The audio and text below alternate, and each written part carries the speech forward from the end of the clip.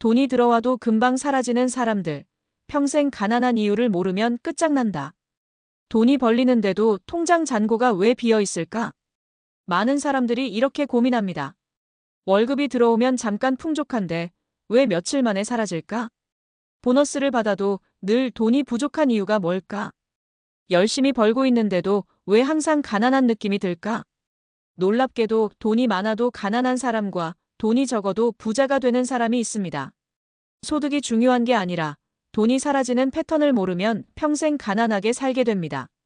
오늘은 돈이 들어와도 금방 사라지는 사람들의 결정적 실수를 알아보고 어떻게 하면 돈이 남고 쌓이고 불어나는 구조를 만들 수 있는지 이야기해 보겠습니다. 이 글을 끝까지 읽으면 당신도 왜 내 돈이 없어지는지, 어떻게 하면 부자가 될 수 있는지에 대한 답을 얻게 될 것입니다. 1. 돈을 숫자로만 보면 사라질 수밖에 없다. 돈은 숫자가 아니라 흐름이다. 많은 사람들이 돈을 얼마를 벌었는지만 생각합니다. 하지만 중요한 건 돈이 어디로 흐르고 있는지입니다. 사례 1. 돈을 숫자로만 본 A씨와 흐름을 관리한 B씨. A씨는 월급이 400만 원이었지만 한 달이 지나면 통장 잔고는 0원이었습니다. 그는 돈을 많이 벌면 해결될 거야라고 생각했지만 연봉이 올라가도 똑같이 돈이 사라졌습니다. 왜냐하면 그는 돈이 어디로 흐르는지 체크하지 않았기 때문입니다. 반면 B씨는 월급을 받으면 돈의 흐름을 먼저 점검했습니다. 고정비, 변동비, 투자비, 저축비를 철저하게 구분하고 돈이 어디로 흘러가는지 파악했습니다. 그 결과 돈이 남고 쌓이고 투자로 불어나는 구조를 만들 수 있었습니다. 해결책. 월급이 얼마인지보다 돈이 어디로 흐르는지를 먼저 확인하라. 지출을 통제하지 않으면 아무리 벌어도 남는 돈이 없다. 가계부나 금융 앱을 활용해 돈의 흐름을 정리하라. 2. 돈이 생기면 먼저 쓰고 나중에 모으려고 한다. 돈은 쓰고 남기는 게 아니라 먼저 떼어놓고 남은 걸 써야 한다. 많은 사람들이 월급을 받으면 필요한 지출부터 먼저 하고 남는 돈을 저축하려 합니다. 하지만 이 방식으로는 절대 돈이 모이지 않습니다. 사례 2. 소비 후 저축하려던 C씨와 먼저 저축한 D씨. C씨는 월급이 들어오면 생활비, 카드값, 친구들과 약속 비용을 쓰고 남는 돈을 저축하려고 했습니다. 하지만 예상치 못한 지출이 계속 생기면서 결국 저축할 돈이 하나도 남지 않았습니다. 반면 D씨는 월급이 들어오면 가장 먼저 30%를 저축하고 남은 돈으로 생활했습니다. 돈이 부족해지면 소비를 조절하며 사치품을 줄였고 점점 돈이 모였습니다. 시간이 지날수록 D씨는 자산이 늘어나고 돈 걱정을 하지 않는 삶을 살게 되었습니다. 해결책. 돈을 먼저 떼어놓고 남는 돈으로 생활하라. 저축과 투자를 자동이체로 설정해서 강제적으로 돈을 모아라. 지출을 조절하는 습관이 없으면 돈은 절대 남지 않는다. 3. 소득을 늘리는 데만 집중하고 자산을 만들지 않는다. 부자는 돈을 모으는 것이 아니라 자산을 만든다. 많은 사람들이 더 많은 돈을 벌면 부자가 될 거라고 생각합니다.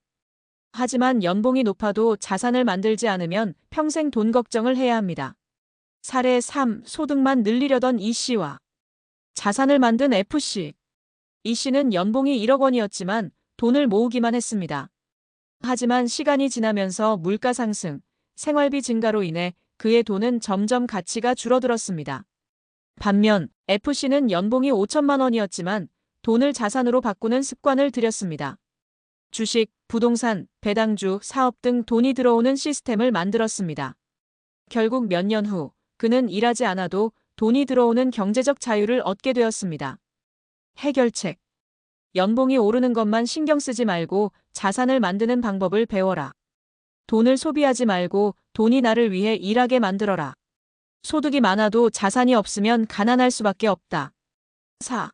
돈이 어디로 새는지 모르면 답이 없다. 돈을 모으기보다 새는 돈을 막는 것이 먼저다. 돈이 모이지 않는 가장 큰 이유는 돈이 어디로 사라지는지 모르기 때문입니다. 부자들은 돈이 새는 곳을 철저히 차단하고 불필요한 소비를 최소화합니다. 사례 4. 돈이 새는 줄 몰랐던지 C와 지출을 철저히 통제한 H씨. G씨는 매달 돈이 부족했지만 어디에 돈을 쓰는지 몰랐습니다. 자동 결제되는 구독 서비스, 불필요한 쇼핑, 작은 지출들이 쌓여 매달 돈이 사라지고 있었습니다. 반면 H씨는 지출을 철저히 관리하고 불필요한 고정비를 줄였습니다. 구독 서비스를 해지하고 식비를 줄이고 대체 가능한 소비를 찾아 절약했습니다. 결국 그는 돈이 남기 시작했고 저축과 투자로 부를 늘려갔습니다. 해결책. 돈이 어디로 새는지 모르면 아무리 벌어도 모이지 않는다. 고정비를 먼저 줄이고 소비를 통제하는 습관을 만들어라. 작은 지출도 쌓이면 큰 돈이 된다. 모든 소비를 점검하라. 결론: 돈이 사라지는 사람들의 공통된 실수. 1. 돈을 숫자로만 보고 흐름을 통제하지 않는다. 2. 먼저 소비하고 남은 돈을 저축하려 한다. 3. 소득만 늘리려 하고 자산을 만들지 않는다.